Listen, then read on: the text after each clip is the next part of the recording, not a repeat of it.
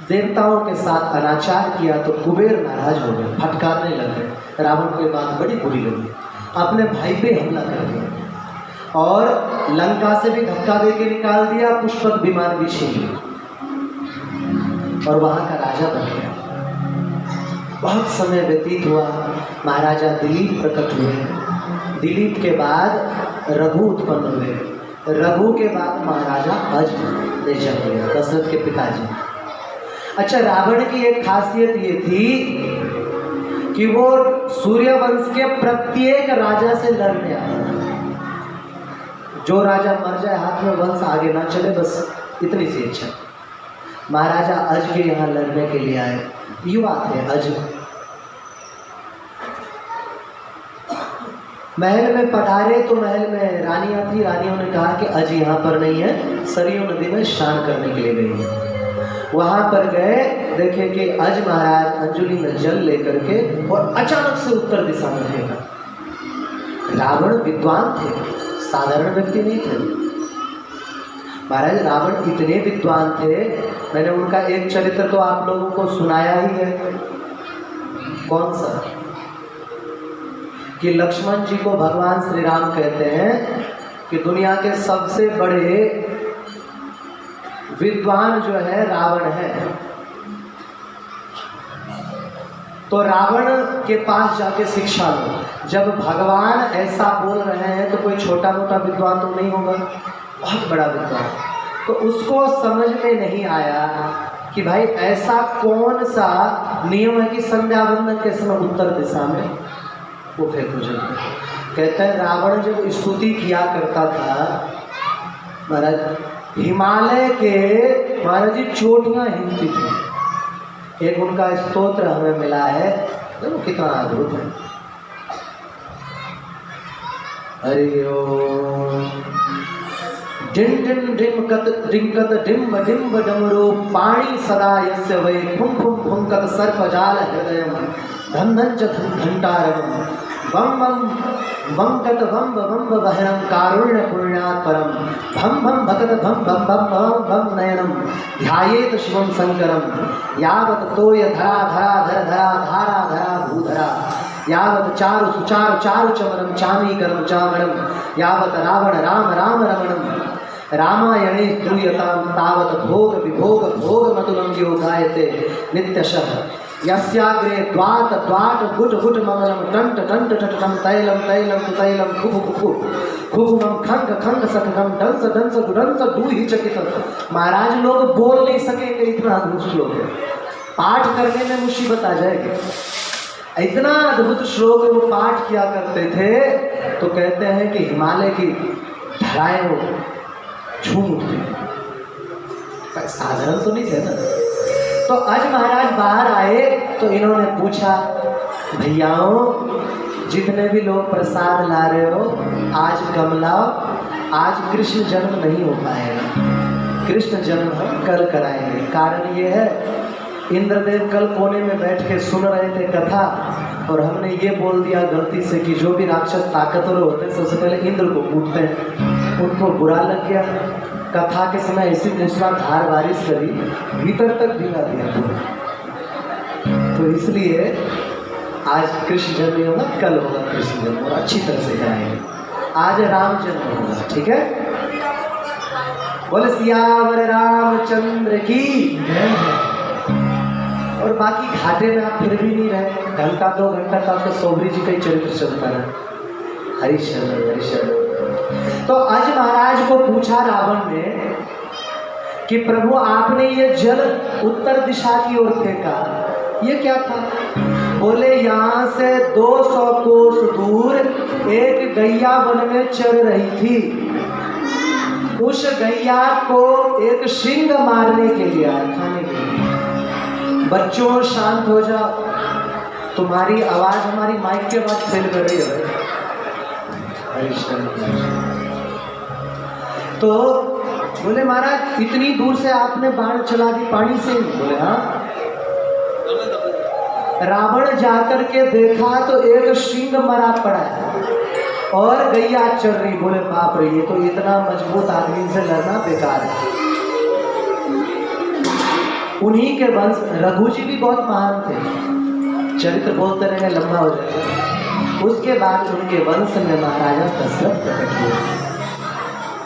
महाराजा दशरथ के पास भी रावण लड़ने के लिए गए।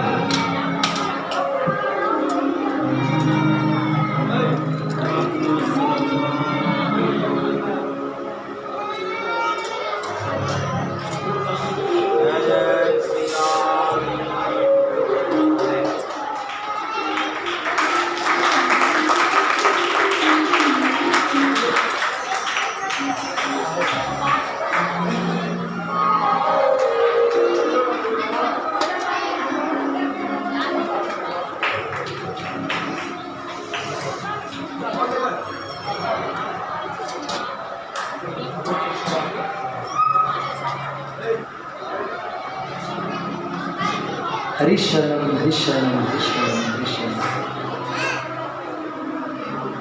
तो महाराजा दशरथ जी के पास भी रावण आए और रावण ने आकर के कहा,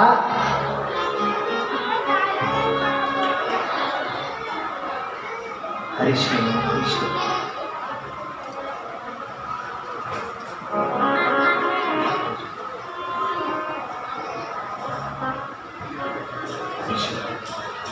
रावण ने कहा दशरथ जी को, दशरथ अभी तुम्हारी विवाह नहीं हुई। मंशा पता है क्या थी? मंशा ये थी कि दशरथ जी का विवाह हुआ नहीं है, इनको मार दो, वंश में ऐसा कोई पैदा ही नहीं होगा जो हमें मारे। बोले तुम हमसे आकर के लड़ो। दशरथ जी ने कहा देखो पहले हाथ के बल की परीक्षा हो जाए एक बार, क्योंकि कहीं ऐसा ना हो कि आगे चल के लोग बोले बताओ बड़ा बूढ़ा रावण, उसको जवान दशरथ ने मार दिया। रावण को बड़ा क्रोध आया, बोले हम राक्षस हैं, हम बूढ़े नहीं होते, फिर भी जो तुम्हें परीक्षण करनी कर लो। बोले हम दरवाजा भीतर से बंद करेंगे, अयोध्या के महल का मुख्य दरवाजा, और अर्गला नहीं लगाएंगे, मतलब जंजीर नहीं लगाएंगे, आप बाहर से धक्का देके केवल खोल देना, खोल लिया तो हम आपसे लड़ लेंगे। रावण ने कहा ठीक है। भीतर से दोनों हाथ लगा के दशरथ जी खड़े हो गए। रावण ने पूरी शक्ति लगा दी, परंतु दरवाजा टस से मस नहीं हुआ। इसने सोचा कि भाई इतना तगड़ा राजा है, इससे लड़ना उठता है, वापस चला गया। जब दशरथ जी थोड़े से और बड़े हुए तो महाराजा अजने कौशलपुर के राजा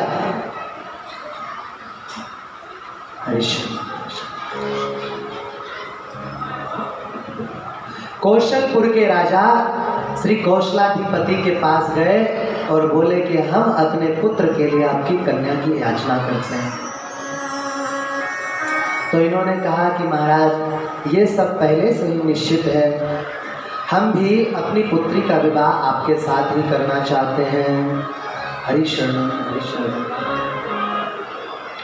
तो विवाह का दिन जो है, चतुर्था पुत्र रूपेण भूत्वा सनिहने शते पंचमे हने लग्नस्य राज्ञो दशरथस्य ही। पांचवें दिन जो है लग्न तय की गई विवाह का। इधर रावण पहुंचे ब्रह्मा जी के पास, बोले महाराज मुझे कौन मारेगा? बोले अभी जो दशरथ जी है ना, उनका बेटा आपको मारेगा।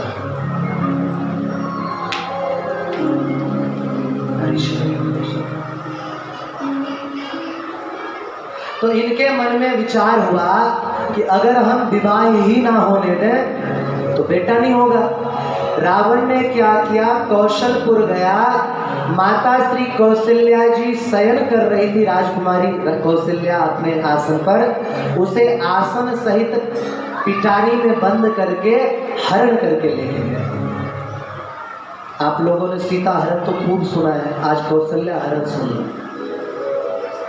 कौशल्या जी का हरण करके लेके गए हरिशरणम, और उस कौशल्या के मंजूषा को एक मछली को दे दिया कि तुम इसको संभालो।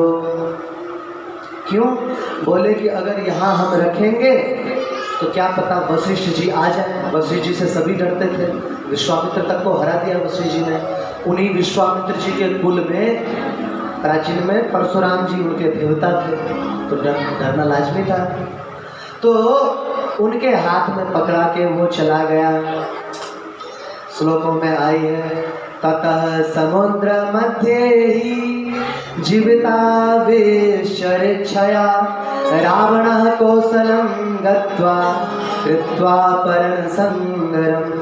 बीच सागर में ले जाके मछली को दिया कि तुम इसकी रक्षा करो। और इधर महाराजा श्री दशरथ जी बारात लेकर के निकले कौशलपुर के लिए। श्री सरयू नदी पार करना था।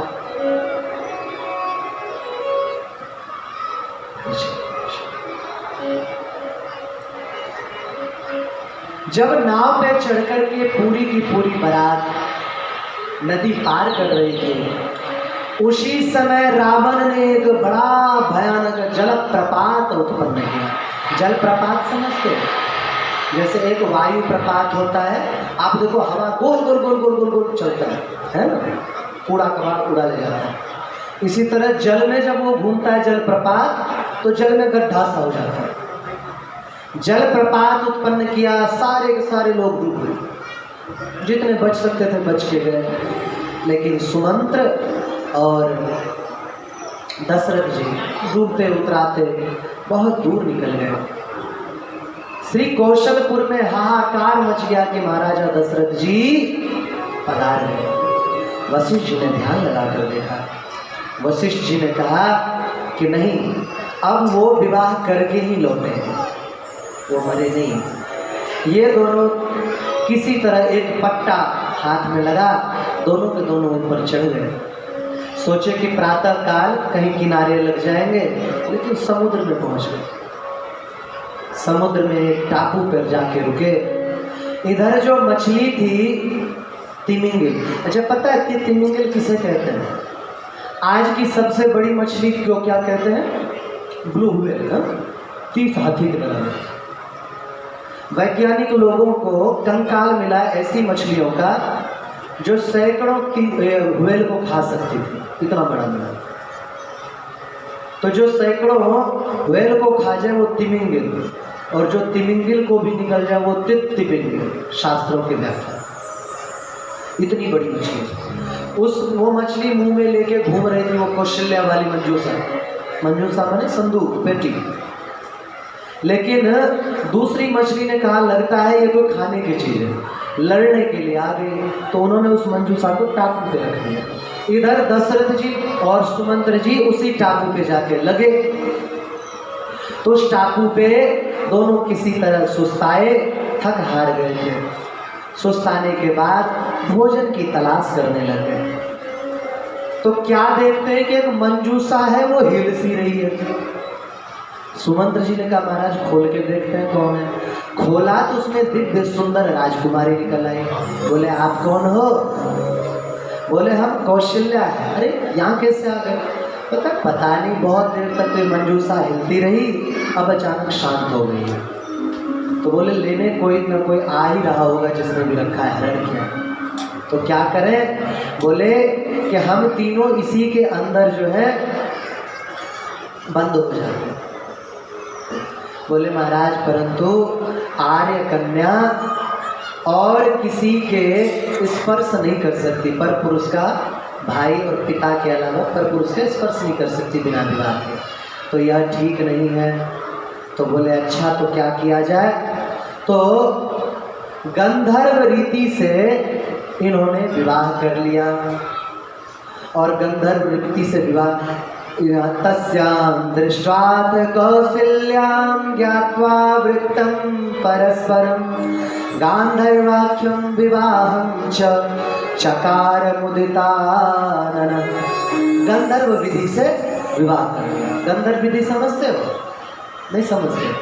पानी में हाथ ले लिए और एक दूसरे को माला पहना दी, हो गई विवाह करके। और सुमंत्र जी, दशरथ जी और कौशल्या जी भीतर बंद हो गए। इधर रावण पहुंचा और पहुंच करके ब्रह्मा जी को बोल रहा है। क्या बोल रहा है? बुला कर बोल रहा है, महाराज आपके वचन को मैंने झूठा कर दिया। कैसे? विदे तब मृषा वाक्यम रावणेन मया कृतम ततो दशरथस्तो ये कौशल्या गोपिता माया। बोले महाराज ने झूठा कर दिया। कैसे? बोले दशरथ भी डूब के मर गया और कौशल्या हमारी गिरफ्त में, विवाह हुआ ही नहीं। ब्रह्मा जी तुरंत मुस्कुराए और मुस्कुरा करके कह रहे हैं, रावण बचा सुता सभायां पद्म संभवा दीर्घ स्वरेण प्रोवाच्य। ब्रह्मा जी उच्च स्वर में बोले, ओम पुण्योहम पुण्याहम। बोले कि जोर से पुण्योहम पुण्योहम बोलने लगे। बोले ये क्यों बोल रहे? बोले बेटा उसका तो विवाह हो गया। महाराज जैसे कैसे हो सकता है? अभी ला के दिखा रहे। गए उस मछली से बोले कहाँ है पिटारा? बोले महाराज अभी ला के देते हैं। कोई घर में आ गया था, चाकू पकड़ा दिया, पिटारा उठाया गया। अब रावण राक्षस है ना, ताकत बहुत है, कहाँ महसूस होगा? एक बंदे की, दो बंदे की, तीन बंदे। जाके खोला, देखिए 3 निकल आए। ये बड़ा क्रोधित हुआ और क्रोधित होकर के महाराज तदा चकित क्रुधस्तान हतुम खंग माददे, तुरंत खड़ग निकाले, अभी तीनों को मारेंगे। ब्रह्मा जी का रुक, अभी रुक जा। बोले ये क्या कर रहा है? ऐसा साहस मत कर। पेटी में तूने कितने को बंद किया था? 1 कौशल्या को। 1 से 3 हो गए, 3 से अभी 300 हो जाएंगे, फिर 3 लाख 3 करोड़, अभी तू मर जाएगा। इसको वापस वहीं जाके छोड़ के आया। महाराज ब्रह्मलोक में विधि विधान से विवाह हुआ, उसके बाद छोड़ करके आए और दशरथ जी भूल जाए इस बात को, उसके लिए माया प्रयोग किया। इस तरह प्रथम विवाह दशरथ जी का पूर्ण हुआ। बोले दशरथ जी महाराज की जय हो। उसके बाद दशरथ जी बहुत दिनों तक जब कोई संतान नहीं हुआ तो उन्होंने मगध देश के राजा सौमित्र की कन्या सुमित्रा से विवाह किया। उनसे भी जब संतान नहीं हुआ, एक राज्य में गए, वहां एक राजकुमारी की स्वयंवर थी। वो राजकुमारी इतनी धनुष चलाने में पारंगत थी कि एक पलार्ध का जो समय, पल के आधे भाग का जो समय, इतने में पीपल पेड़ के टुकड़े टुकड़े कर देती थी। बड़ी तेजस्वी। स्वयंवर में नियम रखा गया था। क्या नियम था? आज के भाषा में समझो, उसमें लौखंड है, 5 शेर के लोहे का टुकड़ा, लोहे का बाटी कहते हैं, बटखरा, अब पता नहीं होता है कि नहीं होता है, गोल गोल से, उसको जो ऐसे तोड़ देगा उससे कैकेयी जी की जान है। और आज जमाना ये है, आप 1 रुपए का सिक्का तोड़ के दिखाओ तुम मान जाओ। तो महाराजा दशरथ गए और उसको तोड़ा और तो कैकेयी माता से विवाह करके आए। वर्णन में आया है कैकेयी जी से भी विवाह हुआ इनका, कौशल्या से हुआ और सुमित्रा से भी हुआ। लेकिन इनके अलावा भी इनकी 700 रानी और थी दशरथ महाराज, परंतु किसी भी रानी को कोई भी पुत्र नहीं हुआ। बहुत समय तक वे बहुत ज़्यादा चिंतित रहने लग गए। एक दिन की बात है, एक बड़ा असुर स्वर्ग लोक में भयंकर उत्पात मचा रहा था, भयंकर युद्ध हो रहा था।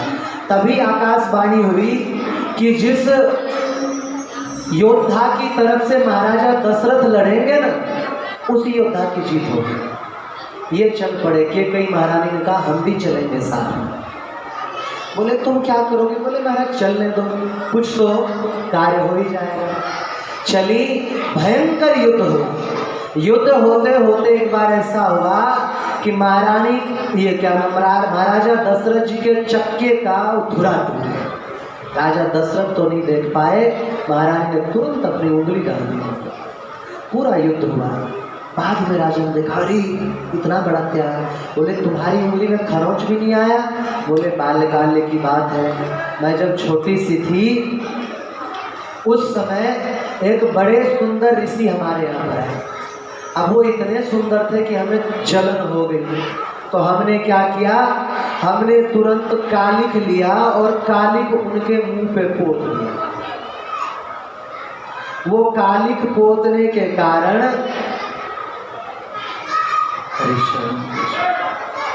बच्चों शोर मत मचाओ, कालिख पोतने के कारण वो ऋषि बहुत ज्यादा क्रोधित हो गए और क्रोध होकर के उन्होंने शाप दिया कि हे बालिके, जा तुझे जीवन में अपयश ही अपयश मिले। लेकिन तभी बेचारे बड़े बूढ़े थे, सुंदर थे लेकिन बड़े बूढ़े, उठ के जाने लगे। तो मैंने डंडी हाथ में पकड़ाया, डंडी हाथ में पकड़ाया तो प्रसन्न हो गए और बोले तुम्हारा जो बायां हाथ है वो बायां हाथ वज्र का हो जाएगा और उस हाथ पे कभी भी किसी अस्त्र शस्त्र का प्रभाव नहीं होगा। तो बोले महाराज इसी कारण से अस्त्र शस्त्र का प्रभाव नहीं हुआ है। सर्ग नंबर 1 सारकांड अध्याय नहीं सर्ग 1 हाँ सर्ग 14 अध्याय। तो इसमें 71वें श्लोक में ये वर्णन आया, ये मनगढ़ंत कथा नहीं है। उसके बाद बहुत लंबे समय तक जब इनके यहाँ पर कोई पुत्र नहीं हुआ तो इन्होंने विचार किया कि पुत्र कैसे हो। इनकी बहुत लंबे समय बाद एक कन्या हुई, राम जी की बड़ी बहन, उनका नाम हुआ शांता। इनका एक मित्र था जिसका नाम था रोमपाल। रोमपाल की कोई संतान नहीं थी। एक बार ये घूमने आए तो रोमपाल की स्त्री बड़ी दुखी हुई। कौशल्या जी ने पूछा क्यों दुखी हो? बोले हमारे कोई संतान नहीं। बोले दशरथ जी महाराज ने देखा रोमपाल भी दुखी है। बोले तुम क्यों दुखी हो? बोले हमारे गुरुजी ने कहा हमारी कोई संतान होगी भी नहीं। बोले ठीक है मित्र, ये हमारी पहली संतान, इसे तुम करेंगे। तो शांता दीदी को लेके ये चले गए। एक बार क्या हुआ, इनके यहाँ पर बारिश नहीं हुई बहुत लंबे समय तक। तो ऋषियों ने बताया कि विभांडक ऋषि के पुत्र जो है ऋष्यशृंग, वो अगर तुम्हारे राज्य में आ जाए, जैसे सौरी जी का हुआ था, चरण रखते ही बारिश हो जाएगी। बोले लाए कैसे, कौन है ये? बोले विभांडक ऋषि एक बार स्नान कर रहे थे, तभी किसी अप्सरा को देख करके उनका तेज निकल गया, वो जल में गिरा। उस जल को एक हिरनी पी गई। उसके गर्भ से जो संतान हुआ, वो संतान के भी 2 सींग थे, इसलिए उसका नाम ऋष्यशृंग पड़ा। उसको पिता ने कभी बाहर जाने नहीं दिया, परम ब्रह्मचारी। कैसे ना, विभांडक ऋषि क्रोधित है। तो एक वेश्या पुरानी थी, बुढ़िया, उसने बोला मैं ले आऊँगा। उसने नाव पे एक घर बनवाया और बनवा करके अपनी 2 सुंदर पुत्रियों के साथ गई। और जिस समय विभांडक ऋषि जंगल जाते उसी समय दोनों पुत्रियों को भेजा। ऋष्यशृंग मुनि ने कभी किसी को देखा ही नहीं था। उन्हें लगा ये भी कोई ऋषि कुमार है। प्रणाम किया, कंदमूल दिया। उस वेश्या की लड़कियों ने इनको सेब आदि सुंदर फल दिया। खा के बड़े चमत्कृत हुए, बोले आपके कंद बड़े मीठे हैं। दूसरे दिन आए तो इन्होंने प्रणाम किया तो वेश्याओं ने गले से लगाया। बोले हमारे यहाँ पर ऐसे ही प्रणाम करते। स्त्री पुरुष का हृदय है, आकर्षण हो ही जाता है। एक दिन फिर इन्होंने कहा कि हम तो आपके यहाँ रोज आते हैं, किसी दिन आप हमारी कुटिया पे चलिए। चलो, जब ये नाव पे चढ़े, नाव खोल दिया, पहुँच गए उस राज्य में। वहाँ पहुँचे तो इनके चरण पड़ते ही राज्य में बारिश हुई। राजा ने अपनी बेटी का विवाह ऋष्यशृंगी से कर दिया ताकि विभांडक ऋषि क्रोधित ना हो जाए। विभांडक बाद में आया, देखा कि हमारा बेटा तो बहुबाला हो गया, क्रोधित नहीं हुए। उसके बाद महर्षि वशिष्ठ से पूछा राजा दशरथ ने कि हमारी कोई संतान नहीं हो रही, क्या करें? बोले राजन, संतान होगी भी तो तुम्हें कष्ट मिलेगा। क्यों? बोले एक बार तुम्हें स्मरण है, तुम शिकार खेल रहे थे, श्रवण कुमार नाम का एक बालक था। बालक माता पिता की बड़ी सेवा करता। एक दिवस वो तीर्थ यात्रा करने के लिए चला गया और 12 वर्ष पश्चात लौट करके आया तो माता पिता की अवस्था बड़ी बुरी थी। माता पिता दोनों अंधे थे। तो क्या हुआ कि भोजन का समय था। उस दिन उसकी स्त्री ने खीर बनाया, बेटी ने क्या नाम बहू ने खीर बनाया। खीर ये इन्होंने माता पिता को भी दिया, खुद भी खाया। माता पिता खाते आंसू आ गए। बोले रोज रोज, आपके भाषा में कहें तो सुबह सुबह छाछ दलिया खाते हैं। बोले रोज रोज बिहार की घटना ही है, घोरवा खाते हैं। घोरवा मतलब छाछ और दलिया। बच्चों शांत हो जाओ बेटा, कितना शोर मचाओगे। हरी शांत। देखो अब अगर कोई बच्चा शोर मचाएगा उसकी बीबी कुबड़ी आएगी, याद रखना। और मचाओ शोर पे, शांत हो। तो उसने कहा नित्य प्रति तो हमें मिलता था घोरवा कढ़ी और खट्टी चीजें, आज मीठी चीज मिला। तो श्रवण कुमार ने कहा माता पिता क्या कह रहे हैं। तो उसकी पत्नी, अरे इनके तो बकने की उम्र हो गई, सठिया गए। माता पिता से कहा, माता पिता ने, अरे मेरा बेटा लौट आया। माता पिता से बोले ऐसा हुआ आज तक बता। हाँ बेटा। बोले अब हम इस घर में नहीं रहेंगे।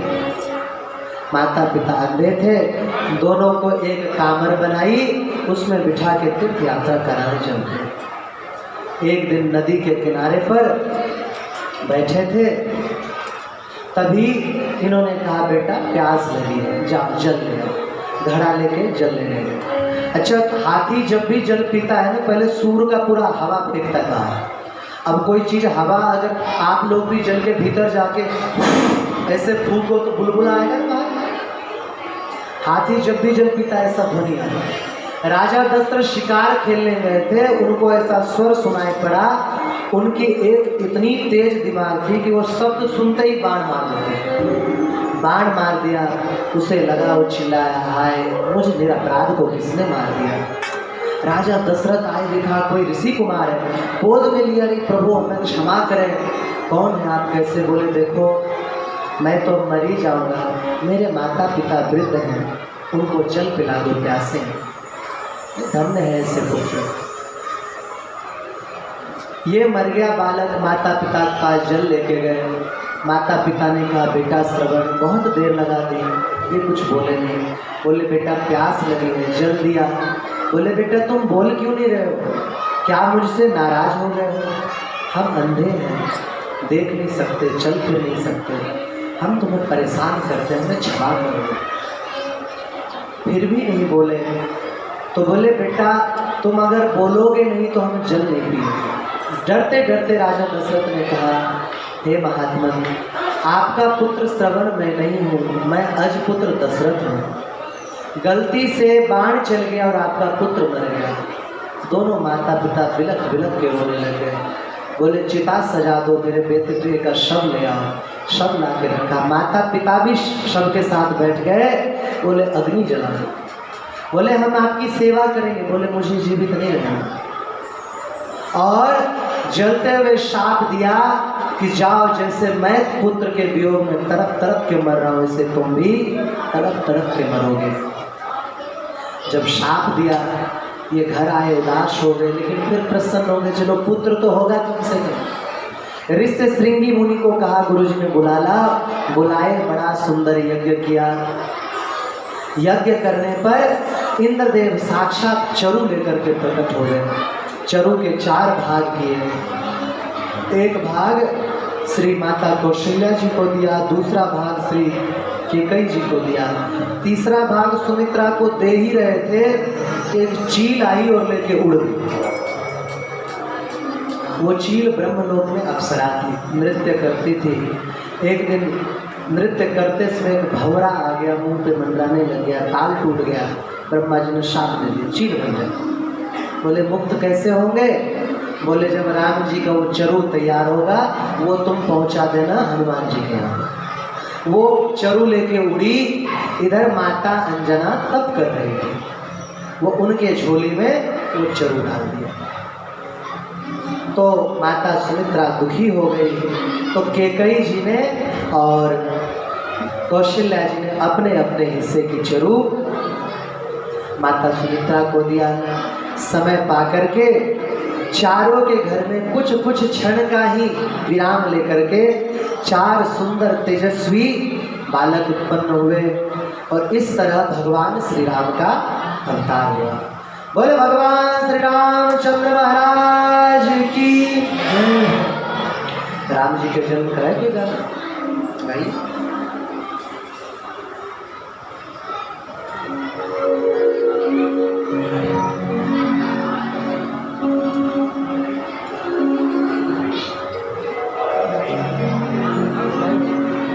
राजा दशरथ जो के द्वार नौबत बाज रही।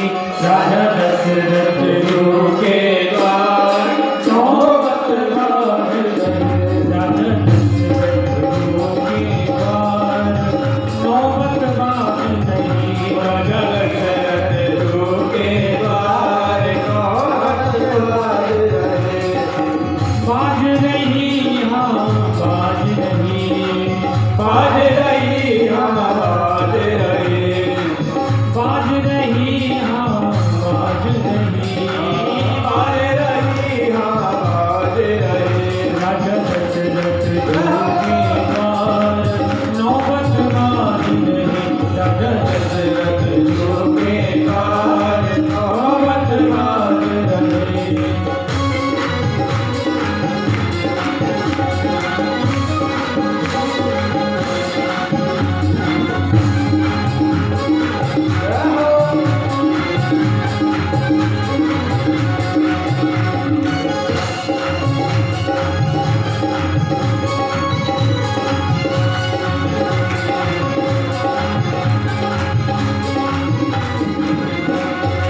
समाचार सुन सुन सखी आए, समाचार सुन सुन सखी आए, समाचार सुन सुन सखी आए, समाचार सुन सुन सखी आए, सुन सखी आए, सुन सखी आए, सुन सखी आए, सुन सखी आए। समाचार सुन सुन सखी आए, समाचार सुन सुन सखी आए। ये सहज श्रृंगार नौबत बाज रही। राजा दशरथ जो के द्वार नौबत बाज रही।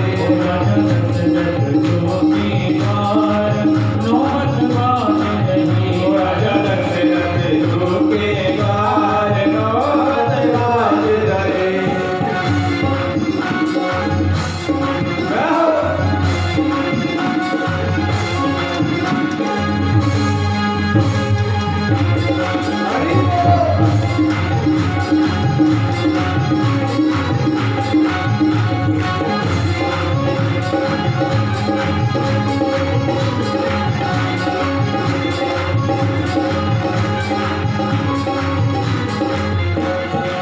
मंगल द्रव्य लिए हाथन में, मंगल द्रव्य लिए हाथन में, मंगल द्रव्य लिए हाथन में, मंगल द्रव्य लिए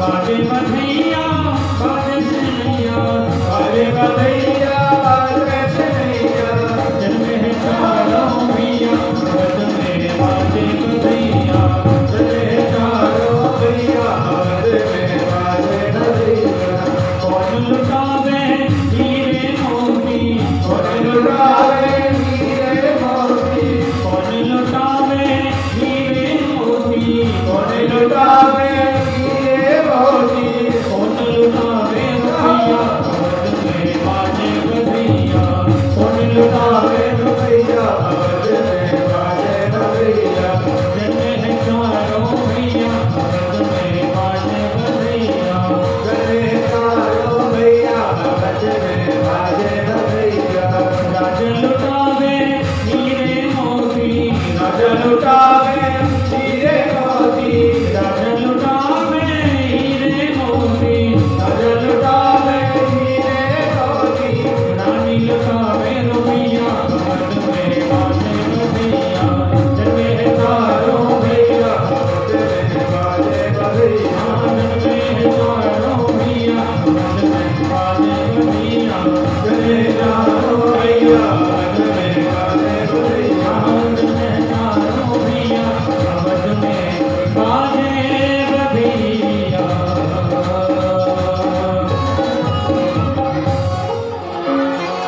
श्री राम लला सरकार की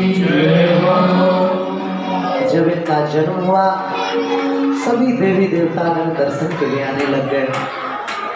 ये अभी ठाकुर जी 5 वर्ष के हुए।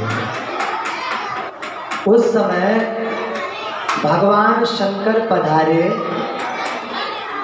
प्रमोदगिरी पर और वहां पर आकर के बोले, बच्चों बैठ जाओ ना, क्यों खड़े हो? खड़े होके शोर मचा रहे थे। हरिश्चंद्र बस 15-20 मिनट और कथा है, शांति से बैठ लो। कुछ चरित्र है, आप सुन लो। राम जी के ये चरित्र बड़े दुर्लभ हैं। हरिश्चंद्र तो वहां पर गए और जाकर के हनुमान जी से बोले, उसमें बाल हनुमान छोटे से थे। हनुमान जी से बोले, हनुमान हाँ प्रभु जी चलोगे रामलला के पास? बोले चल तो ले, परंतु हमें कौन ले जाएगा? बोले हम ले चलेंगे, परंतु प्रभु आपको लोग पहचान नहीं लेंगे। बोले ये रूप बदलो। भगवान शंकर ने मदारी का रूप बनाया और हनुमान जी बानर तो थे ही, कंधे पे बिठा करके लेके गए और महाराज डुगडुगी बजाते हुए चारों ओर बच्चे आने लग गए, सब आने लग गए। बोले ऐसे दिव्य जोगी आए हैं जो सबका हाथ देते हैं, भविष्य बताते हैं। महापुरुषों ने तो पद भी गाया है, जोगी अजब एक। तो द्वार तेरे आयो जोगी अजब एक, धर नहीं मांगे रतन न देखे, राम लला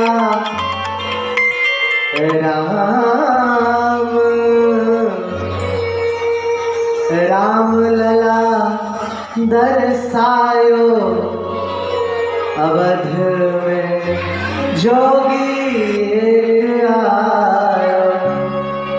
तो बड़े सुंदर जोगी आए हैं। भगवान श्री राम जी के यहाँ भी खबर गई है। राम जी ने बोला हमें भी जोगी देखना है। जोगी को बुलाया गया। जोगी ने डुगडुगी बजाई, बंदर ने खूब कुलाचे भर भर के दिखाए, कभी नाक बंद करके प्राणायाम दिखा रहे हैं, कभी आसन दिखा रहे हैं। राम जी बड़े प्रसन्न हुए, बोले दशरथ जी से बोलते हैं पिताश्री ये बानर हमें चाहिए। बोले अरे बेटा बानर तो उसके कला का साधन है, वो कैसे दे देगा? तो पिताजी हमें तो चाहिए। उससे बोले मदारी क्या मेरे बेटे को अपना बानर दोगे?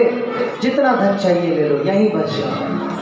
बोले महाराज धन की बात नहीं, राम जी से कहो एक बार देख ले लेकर के पास में। राम जी ने लिया और गर्दन से रस्सी खोलने लगे। सभी लड़े रुको रुको, रस्सी खोल दोगे भाग जाएगा। ठाकुर जी बोले जो जी मेरे चरणों में आता है उसे मैं बंधन मुक्त ना करूं तो क्या करूं। रस्सी खोल दिया। सभी ने देखा मदारी को, और मदारी तो पहुंच चुके हैं। बोले शंकर भगवान की जय हो। जब ये 12 वर्ष के हुए उसी समय विश्वामित्र मुनि आए और आकर के बोले कि कुछ असुर हमें परेशान कर रहे हैं, रामलला को देखो। वहाँ ये भागवत में ना संक्षिप्त रूप से है तो हम संक्षिप्त ही सुना देंगे। हाँ थोड़ा सा अलग लगेगा पर सुन लो, क्योंकि रामचरित ये क्या नाम भागवत का जो रामायण है ना वो राम ये क्या नाम वाल्मीकि रामायण से अलग है, बहुत कुछ अलग है। तो क्या क्या अलग है व्याख्या करूँगा, समय लगेगा। तो विश्वामित्र जी के साथ दोनों बालक गए, दोनों बालकों को उत्तम शिक्षा मिली। उसके बाद अहिल्या जी का उद्धार हुआ। अहिल्या के उद्धार के बाद ये जनकपुर में, और जनकपुर में सबके सबने इनका आदर किया। गाधी पुत्र विश्वामित्र जी ने जनक जी को बताया ये जो रामलला है ना यही तुम्हारी बेटी के पति बनेंगे। सीता मैया छोटी सी थी, इनका जन्म आगे आएगा, कथा बताएगा आपको, छोटी सी थी। परशुराम जी उन दिनों युद्ध बहुत भयंकर युद्ध कर रहे थे। तो उस युद्ध में भगवान शंकर ने परशुराम जी को एक बड़ा सुंदर शिव पिना दिया धनुष। तो वो युद्ध करके थक गए। राजा जनक जी उनके यजमान थे, आके विश्राम कर रहे थे। धनुष रखा था। अच्छा छोटे बच्चों को लकड़ी की घोड़ा देते हैं ना, सीता मैया ने उस धनुष को लेके लकड़ी के घोड़ा लेके झूलने लगे। लकड़ी की काठी, काठी का घोड़ा, घोड़े के दुम पे जो मारा हथौड़ा, वो खेल रही है, उठा के इधर ले रही है उधर ले रही है, खींच के ले जा रही है। तो बड़ा आश्चर्य हुआ परशुराम जी को कि इसको हिला ना सके कोई, ये बच्ची तो ऐसे खेल रही जैसे कुछ है ही नहीं इसमें।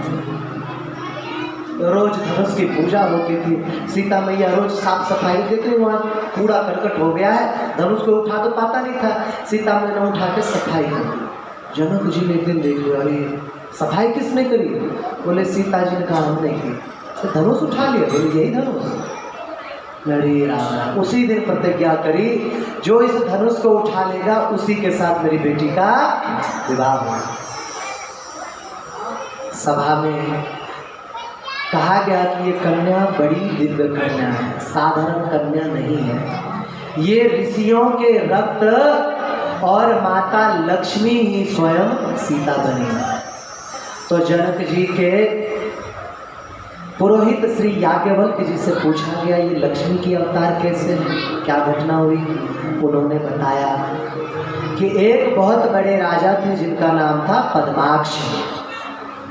उस राजा ने तपस्या करी, लक्ष्मी मैया को प्रकट किया। लक्ष्मी मैया ने कहा तुम्हें क्या चाहिए? बोले मैं चाहता हूं कि आप मेरी पुत्री रूप में प्रकट हो जाओ। बोले वो तो विष्णु भगवान के ऊपर है, उनसे बोलो। विष्णु भगवान की तपस्या करी। विष्णु भगवान ने कहा तथास्तु। बिजोरा जानते हो? बिजोरा नहीं जानते? अरे बड़ा नींबू, बिजोरे वाले नींबू, बिजोरा नींबू कहते हैं बड़ा सा। हाँ, बिहार में डाब कहते हैं, इतना बड़ा नींबू, बड़ा बड़ा नींबू। बिजोरा नींबू हाथ में पकड़ा है, जानते हैं? पकड़ाया, राजा ने उसको फोड़ के देखा, उसमें छोटी सी एक बड़ी दिव्य कन्या दिखाई दी। उस कन्या को देख के प्रसन्न हुए। जैसे उस कन्या को बाहर निकला बिजोरा तोड़ के, वो सुंदर नवयुवती 16 वर्ष की, उसको देख के बड़े प्रसन्न हुए। इतनी सुंदर कन्या, लक्ष्मी जिस घर में उत्पन्न हुई उसके तो महाराज क्या कहने, बस महाराज दिन दूनी रात चौगुनी उन्नति होने लग गई। राजा ने स्वयंवर के लिए घोषणा करी कि जो व्यक्ति अपने आप को सभी में वर्ण में एक समान लीन हो जाएगा, जैसे दीवाल है दीवाल में लीन हो गया, नीला रंग हो गया, उसी व्यक्ति को मैं अपनी बेटी बनाऊंगी। उस बेटी से ब्याह करने के लिए बड़े बड़े राजा महाराजा देवी देवता दे रहे हैं, परंतु कोई भी ऐसा नहीं कर सका। तो इन लोगों ने सोचा ऐसी बात है, एक काम करते हैं, हम जबरदस्ती कन्या को ले जाएंगे। कन्या को पकड़ने के लिए गए, कन्या यज्ञ कुंड में कूद गई। अब तो भयंकर युद्ध चालू हो गया, राजा पद्माक्ष युद्ध में मारा गया। कन्या को ढूंढने के लिए राजा महाराजा असुरों ने राजा पद्माक्ष की पूरी नगरी खोद खोद के पकड़ा, लेकिन कन्या नहीं मिली। तो समाप्त हो गया। एक दिन की बात है, रावण आ रहा था ऊपर से, उसने उस सुंदर कन्या को देखा। सैनिकों से पूछा ये कौन है? बोले वही पद्माक्षी लक्ष्मी। वो तुरंत रथ से कूदा, पकड़ने के लिए वो कन्या फिर समा गई उसमें। तो रावण ने कहा हे पद्माक्षी, अब हम समझ गए तुम कहाँ हो। उसने तुरंत कुंड की खुदाई की, उसमें 5 दिव्य रत्न निकले। उस रत्न को एक मंजूषा में बंद करके वो ले आया और ला करके दिखाया इसको, मंदोदरी को, देखो हम 5 दिव्य रत्न लाए हैं। उन्हीं दिनों एक घटना और घटित हुई। घटना क्या घटित हुई कि ऋषि मुनियों के पास रावण ने सैनिक भेजे और वो सैनिक सबके पास जाकर हमें कर दो, तुम हमारे राष्ट्र में रह रहे हो, मैं राष्ट्र महाराष्ट्र, कर दो। ऋषियों ने कहा हम क्या कर रहे हैं भाई, हम तो साधु साध आदमी गरीब आदमी, हम क्या करें, बोले कुछ तो देना पड़ेगा। अगस्त ऋषि को क्रोध आ गया, उन्होंने एक कांटा लिया और एक बड़ा वाला मटका लिया, अपनी उंगली में चुभाया और 2 बूंद रक्त करे। सभी ऋषियों से कहा तुम भी 2-2 बूंद रक्त दो, पूरा मटका भर दिया। राक्षसों से बोले ये ले जाके रावण को दे दो, बोले ऋषियों ने कर दिया, यही तुम्हारे नाश का कारण है। रावण ने सुना, बेचारा भयभीत हो गया, उसने उसे ढक करके रख दिया। और एक दिन की बात है, श्री माता मंदोदरी जी बड़ी दुखी थी। वो दुखी होकर के सोच रही थी कि रावण नित्य प्रति दूसरों की बहू बेटी उठा लाता है, इससे अच्छा तो मैं मर जाऊँ। तो वो जहर ढूंढ रही थी, वो मटका में रक्त भरा पड़ा था, दुर्गंध आ रही थी, सोचा ये जहर पी गई, पीते ही गर्भ रह गया। अब बेचारी डर गई, तुरंत गर्भ को उसी में डाल दिया और जो दिव्य रत्न थे ना, उस रत्न वाली में डाल दिया। रावण एक दिन बड़ा प्रसन्न हुआ, बोले देवी तुम्हें पता है मैं तुम्हारे लिए रत्न लाया हूँ, चलो दिखाओ। जैसी पेटी खोला, उसमें से बड़ी सुंदर दिव्य प्रकाशित देवी प्रकट हो गई। पूरे नागरिक लोग आके देखने लगे ये कौन है। उस देवी ने कहा रावण, अभी तो तुम मुझे ले आए हो, मैं दूसरी बार फिर आऊंगी, उस समय तुम्हें मारूंगी। तीसरी बार फिर आऊंगी, उस समय कुंभकर्ण के पुत्र मलदानव उसको मारूंगी।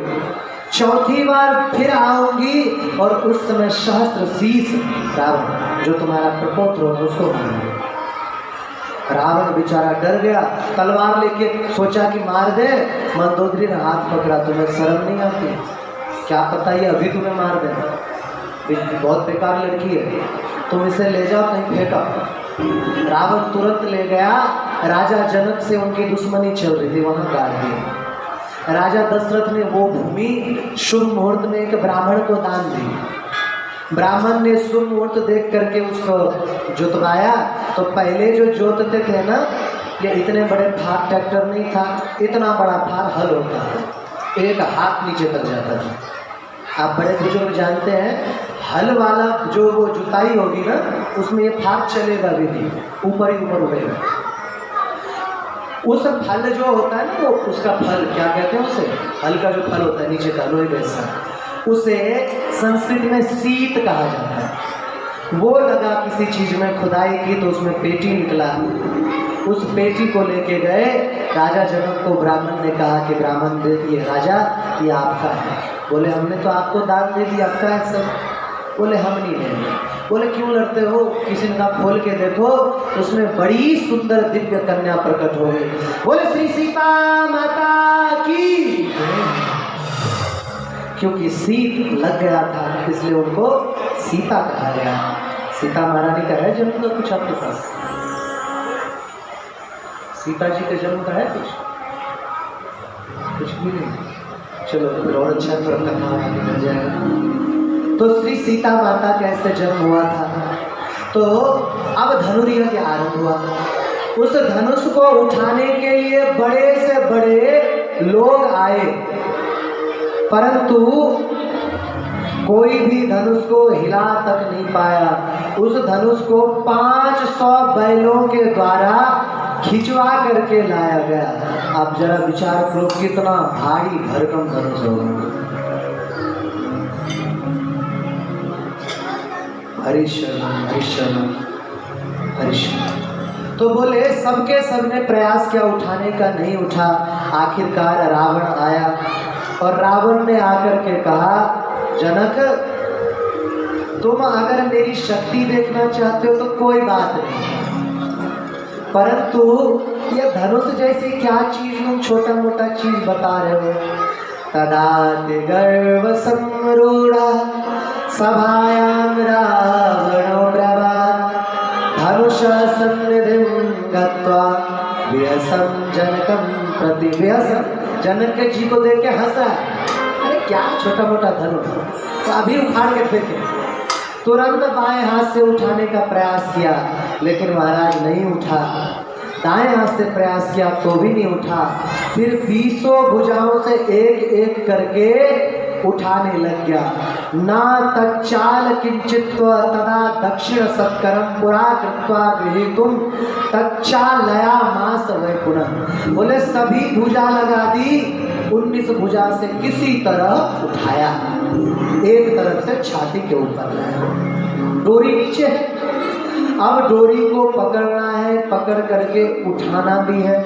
तो जैसे ही डोरी को उठाने के लिए तनिक झुका, महाराज वो धनुष छाती पे ही गिर गया। छाती पे धड़ाम करके गिरा, बेचारे की हालत खराब हो गई। श्री व्यास जी महाराज ने तो वर्णन किया, सहस्रेषु दशास्य च विष्ठा मूत्रम तदा करो। महाराज इतना जोर का वार पड़ा, आंखों से आंसू निकल रहे हैं और बोल रहे विष्ठा मूत्रम, मूत गया, टट्टी निकल गई। मैं नहीं बोल रहा, श्लोकों में हालत खराब। बहुत प्रयास किया उठाने का लेकिन नहीं उठा पाया। तो राजा जनक घबरा करके कहने लग गए, क्या कहा उन्होंने कहा कोपि वीरोस्ति भूमन किम निर्वीरं हि भूतलम चेदस्ति कश्चित् सदसे तयं सौद्यं संभागरे। बोले कोई भी वीर बचा नहीं है क्या? किमंतम रावणस्याद्य तुम पश्यामि सभागणे। अरे सभासदों कोई तो रावण को बचाओ, मर जाएगा ये। रावण के मुख से खून निकल रहा है, चीख रहा है, कोई तो हमें छुड़ाओ, कोई तो धनुष के नीचे से निकालो। ये सुन करके लक्ष्मण जी का आंख लाल हो गया। उसने बोला इस धनुष के बाद हमें इससे ब्रह्मांड तोड़ देंगे। विश्वामित्र जी ने शांत किया, तुम तोड़ दोगे तो सीता जी का ब्याह तुमसे थोड़ी करना है, तुम शांत बैठो। राम जी को बोले तुम जाओ। राम जी आए, सुकुमार बालक 12 वर्ष के। उनको देख करके राजा विचार ये क्यों गया भाई, किसी ने का धनुष देखने आया होगा। लेकिन राम जी आए, प्रणाम किए, एक हाथ से उठाया और जैसे ही धनुष में डोरी चढ़ाने का प्रयास किया, धनुष 3 टुकड़ों में बन गया। जोर राजा हिल गए। बोले सियावर रामचंद्र की। उसके बाद सभी राजा मूर्छित हो गए। सीता जी का जब रूप देखा मूर्छित हो गए कि ये हमें नहीं मिली। जनक जी ने सभी राजा से कहा आप लोग विवाह का भोजन करके जाना। सभी राजा ने कहा अभी तो कुछ नहीं कर पाएंगे, बाद में देखते हैं। महाराज धूमधाम से विवाह करने के लिए दशरथ जी को बुलावा भेजा। दशरथ जी आए तो दशरथ जी के साथ शत्रुघ्न और भरत को देख करके जनक जी ने कहा अरे राम जी यहाँ भी आ गए। अपने इधर देखा यहाँ भी, तो याज्ञवल्क्य जी ने बताया कि वो शत्रुघ्न और भरत हैं। तो बोले कि हमारे भी छोटे भाई की 2 पुत्री और हैं। इस तरह भगवान राम, लक्ष्मण, शत्रुघ्न, भरत का विवाह सीता, उर्मिला, श्रुतकीर्ति और मांडवी से हो गया। विवाह करके वो जो दान रहे दक्षिणा दिया, वहाँ से फिर चले। रास्ते में श्री परशुराम जी महाराज हैं, क्या नाम है, रामचरितमानस में तो विवाह के समय ही आ गए थे, लेकिन भागवत कथा रास्ते में आए और राम जी को बोले, हे राम, तुम पुराने धनुष को तोड़ के वीर समझते हो अपने आप को, लो मेरा धनुष, इस पे बाण चला के दिखाओ तब मानेंगे। इन्होंने कहा महाराज क्षमा करें, वो तो नियम ऐसा बना था, नहीं अभी करो वरना हम तुम्हें नहीं छोड़ेंगे। राम जी ने तुरंत धनुष लिया और धनुष लेकर के उस पर बाण चढ़ा लिया और बाण चढ़ा करके बोले, परशुराम जी जल्दी से हमें बताइए यह बाण कहाँ छोड़ें, हम 2 ही जगह पे छोड़ सकते हैं। कहाँ? बोले या तो हम आपके चरणों पे छोड़ेंगे, आप जो निरंतर गतिमान रहते हो वो गति समाप्त हो जाएगी, या फिर हम आपके बनाए हुए पुण्य लोकों पर छोड़ देंगे, तो आपने जितने भी पुण्य प्राप्त किए हैं वो पुण्य समाप्त हो जाएगा।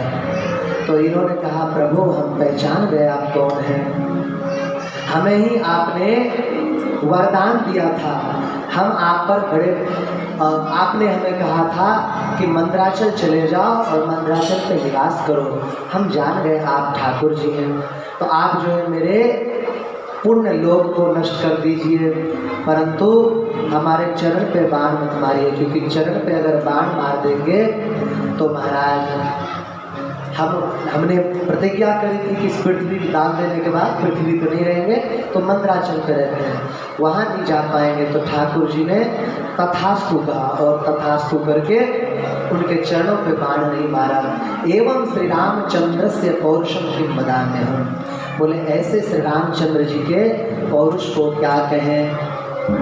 भगवान श्री राम अपने घर पहुँचे, अब वो घर पहुँचे, लोग भी घर पहुँचे और आगे की कथा और हाँ बता दूँ आप लोग पहले ही, कल कृष्ण जन्म कराएंगे, क्योंकि भगवान कृष्ण की लीला इतना है मेरे पास, तो कृष्ण लीला कहने में समय तो लगेगा ना। बाकी कथा भले ही नाम सुना, कृष्ण कथा ढंग से सुननी कि नहीं सुननी, सुननी है ना। तो अब आगे के 4 दिन केवल भगवान कृष्ण की लीला की चर्चा चलेगी। कृष्ण जन्म शाम को नहीं होगा कल, ध्यान रखना, समय से आ जाना। कृष्ण जन्म बहुत जल्दी होगा, समझ गए। अब आप लोगों को मौका तो दूंगा ही प्रश्न करने का, 2-3 बात आप लोगों को बताऊंगा। मैं ग्रंथ लिखा है, ये पहले दिन बताने की वजह से कई लोग आने लग गए दिन भर, कृपा करो अभी भागवत कर लेने दो, अभी बताओ।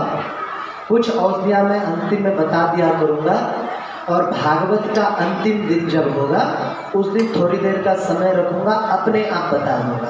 याद रख सको तो 2-4 चीज़ें ऐसे ही याद रखो। बोलूँ 1-2 बात बोल देता हूँ। एक होता है किडनी की पथरी, होता है ना, किडनी की पथरी। किसी को कितने भी बड़ी किडनी की पथरी हो गई, कई उपाय बताता हूँ, कर सकते हो, याद रहेगा। एक नारियल लिए, उसमें 1 नींबू निचोड़ दो और सुबह सुबह पी गए, 1 महीना तक किया, 32 mm की पथरी भी गल जाएगी। याद रहेगा, सरल उपाय है, बिना ऑपरेशन के। नारियल के पानी में, नारियल के ही पानी में। दूसरा उपाय सुन लो, कुल्थी का दाल, कुल्थी का दाल ले आओ, उसको दाल खाओ, पथरी खत्म हो जाएगी। और सहजन समझते हो, सहजन फली इतनी बड़ी बड़ी होती है, साग बनता है, उसका जड़ ले आओ कहीं से ढूंढ के, छोटे छोटे टुकड़े कर लो, इतना सा रख लो, उसी का रोज काढ़ा बना के पियो, पथरी समाप्त हो जाएगी। पित्त की थैली में पथरी हो गई है, यही उपाय करो, समाप्त हो जाएगी। नीम का पत्ता, आसान है ना, नीम का पत्ता लिए और जला के राख बना लिया, 2 ग्राम सुबह पानी के साथ निकल लिए, 2 ग्राम शाम को, कैसी भी पथरी समाप्त। थायराइड हो गया, थायराइड दर्द होता है, क्या किए, धनिया लिए, हरा धनिया। ध्यान पूर्वक सुनो, काम की बात बता रहा हूँ, डॉक्टर के पीछे भागोगे नहीं। बड़े बड़े डॉक्टर उपाय कर रहे हैं अभी। हमारे आश्रम में बड़े से बड़ा डॉक्टर आता है एम्स का। तो धनिया, हरा धनिया लिए 100 ग्राम चटनी बनाई, रस निकाले, 1 गिलास गर्म पानी में मिला के पी गए। 25-30 दिन में थायराइड समाप्त। एक बीमारी है माताओं को होती है, स्तन में गांठ हो गया, डॉक्टर के पास गए, बोला कि ब्रेस्ट कैंसर हो गया, कैंसर हो गया स्तन में। तो कैंसर नहीं, गांठ है। डॉक्टर तो 1 नंबर के टोपा गधा होते हैं, एक ही इलाज बताएंगे, काट लो, पेट काटो, स्तन काटो, हर चीज़ काटते रहो, लाखों रुपये झोली भरते रहो। या गर्भाशय में गांठ हो गया, उसे रसौली बोलते हैं, माताओं को अक्सर करके होता है। पता है क्यों होता है? आप लोग चक्की नहीं चलाते हो, इसलिए होता है। हाथ की चक्की चलाओगे कभी गर्भाशय गांठ नहीं होगी। तो गर्भाशय में भी गांठ हो गया और कई जगह पे गांठ हो गए, गले में गांठ हो गया। डॉक्टर को जब भी बोलोगे वो बोलेगा वो कैंसर है। वो कैंसर नहीं है, घबराने की कोई जरूरत नहीं। महाराज जी इसका उपाय क्या है? बहुत साधारण है।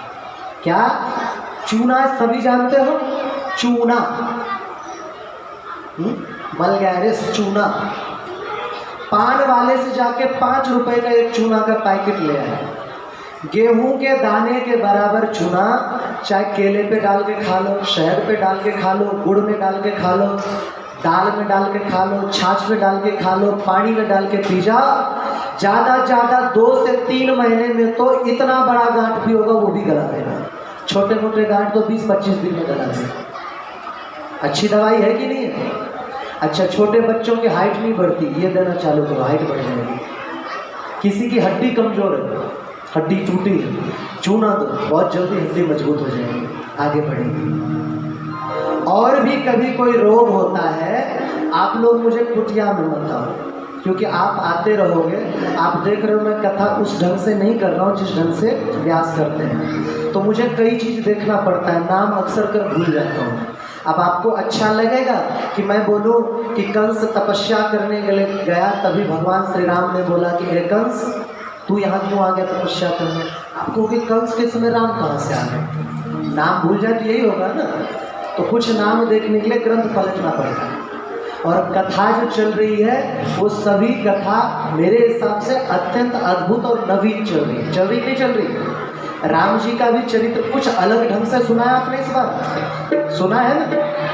तो कथा के लिए समय लगता है, अभी कुछ दिन तक माता कोई पहुंचवा देना, आपको उत्तर मिल जाएगा। अब कुछ देर तक का आपके पास समय है। किसी के मन में शास्त्र से संबंधित, ग्रंथ से संबंधित कोई प्रश्न हो, संकोच मत करो। हो सकता है कि मुझे ना पता हो, ये जरूरी नहीं मैं सब कुछ जानता हूँ, परंतु प्रश्न तो जानूं। हो सकता है शास्त्र से ढूंढ के ही बता सकूं, प्रयास करूंगा बताने। कोई भी प्रश्न करो।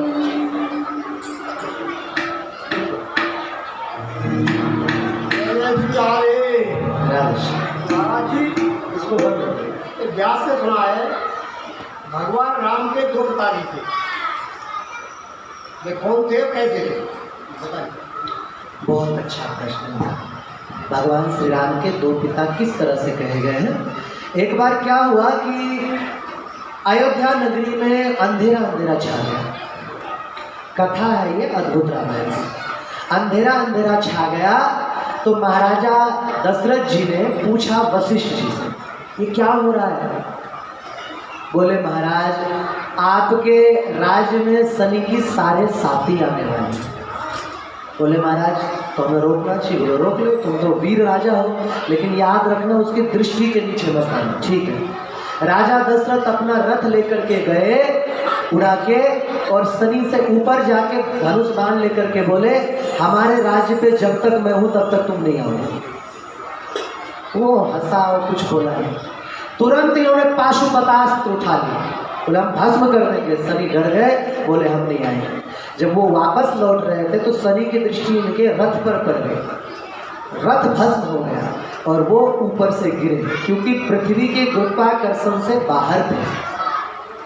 तो ऊपर उड़ रहे थे उन दिनों पक्षीराज गरुड़ के 2 पुत्र थे, एक जटायु और एक संपाति। जटायु पर उड़ रहे थे, उन्होंने देखा, तुरंत अपने पीठ पे बिठा के ले आए। जब होश आया देखा अरे भैया तुमने मुझे बचाया।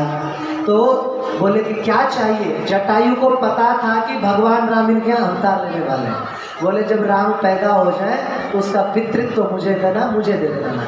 ठीक है। जब राम जी का जन्म हुआ तो वो पहुँचे लाओ हमारा बेटा। तो बोले भैया बड़ी मुश्किल से बेटा हुआ है। बोले कोई बात नहीं रखो। उस समय भगवान राम जी ने कहा जटायु से कि आप भी हमारे पिता समान हो। जन्म का सुख हमने इस पिता को दिया है लेकिन मुख में अग्नि हम आपको देंगे। इस तरह से जब जटायु जी का अंतिम संस्कार हुआ भगवान श्री राम ने खुद अपने हाथ से मुख में अग्नि दी।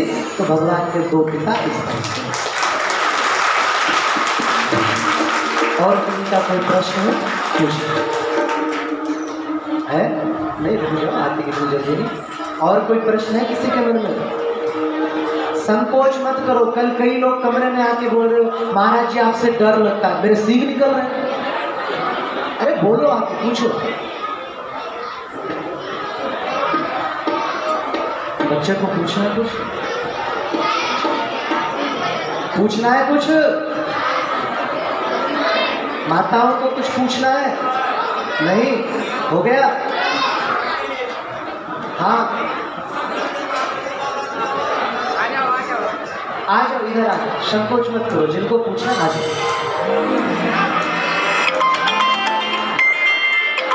बेटा देखो एक बात बताऊं आप सभी को, शांत रहो। यह आपके पास मौका है कि आपको शास्त्र से प्रमाण सहित प्रश्न के उत्तर मिल रहे हैं।